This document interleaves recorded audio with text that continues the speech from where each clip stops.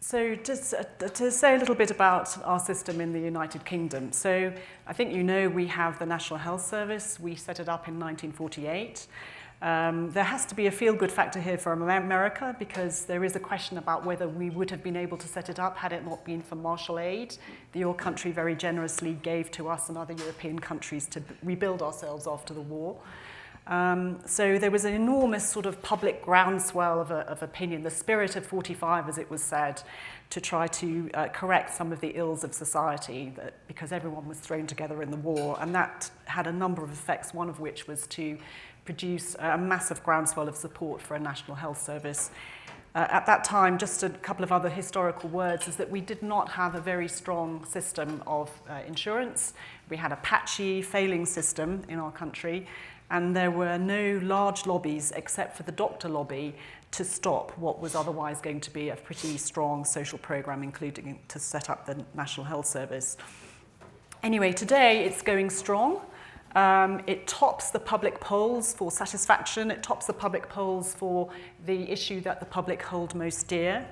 As I say, satisfaction is very high. How does it work? There is universal coverage. Everybody in the country is covered 100%. The benefits are comprehensive. There's a bit around the edges that I'll come to talk about. There is no co-payment, no deductible, no bill of any sort.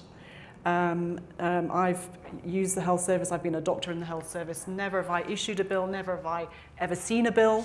That doesn't happen. There is no insurance policy that you get in the post to say what's covered and what isn't. It's just like an unwritten constitution. There's nothing to renew, nothing. It's just all there and it's free.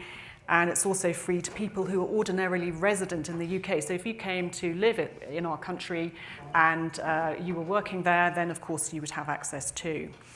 How do we do it? Well, we pay for it by taxes, as David just said.